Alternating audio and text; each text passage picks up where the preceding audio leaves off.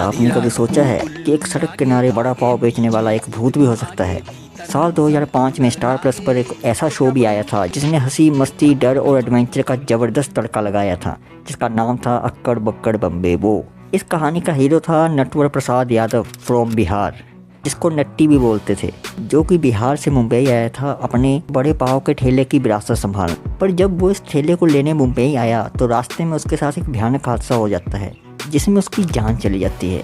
उसकी जान तो चली गई लेकिन उसकी रूह इसी दुनिया में अटक गई और इसी तरह नट्टी बन गया एक भटकता हुआ भूत। हालांकि नट्टी भले ही भूत बन गया था लेकिन उसका सपना बड़ा पाव के ठेले को चलाने का अभी भी जिंदा था और इसी सपने की वजह से वो अपने टी स्टॉल को ढूंढते ढूंढते मुंबई आ जाता है और वहाँ पे फाइनली वो अपने टी स्टॉल को देखता है और वहाँ काम करना शुरू कर देता है।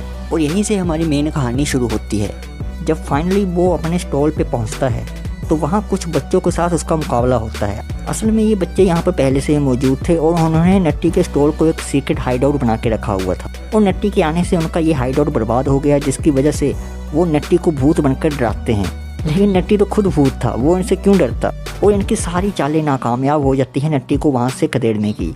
लेकिन सीन में ट्विस्ट तब आता है जब वहाँ पे सच का भूत आ जाता है और जिसके बाद ये जो बच्चे थे आकाश, ध्रुव, अर्नव, शीना, ये सारे बहुत डर जाते हैं। और तब हमारे हीरो नटवर लाल की एंट्री होती है और ये इनको उस नकली भूत से बचाता है अपना जादुई मंत्र बोल के।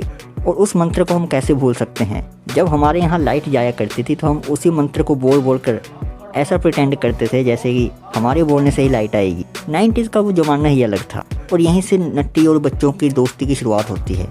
भूत बनने के बाद नटवर को एक भविष्यवाणी से ये पता चलता है कि अगर उसे इस दुनिया से आज़ादी चाहिए, मुक्ति चाहिए, तो उसे 110 अच्छे काम करने पड़ेंगे।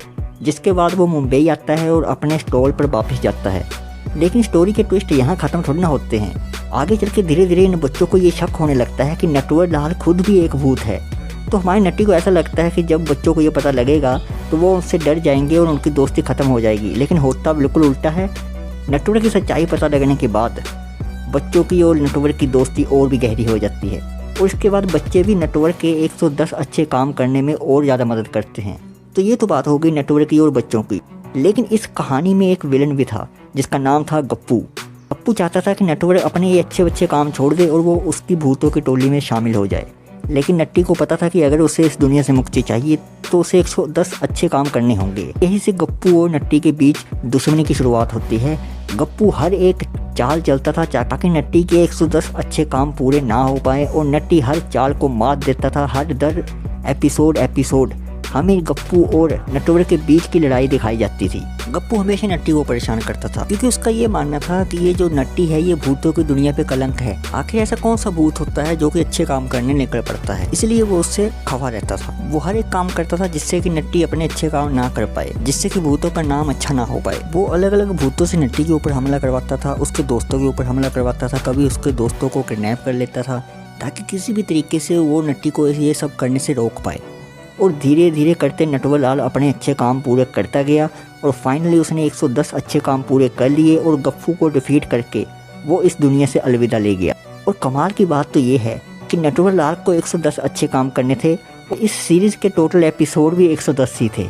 और फाइनली इसके साथ ये सीरीज़ यहाँ पे एंड होती है जब नट्टी को मुक्ति मिल जाती है और वो बोल के जाता है कि बबुआ लोग अब हम चल रहे हैं, लेकिन अगर कोई भूत परेशान करे तो नट्टी का नाम ले लेना। तो अब सवाल उठता है कि आखिर ये शो बंद क्यों हुआ।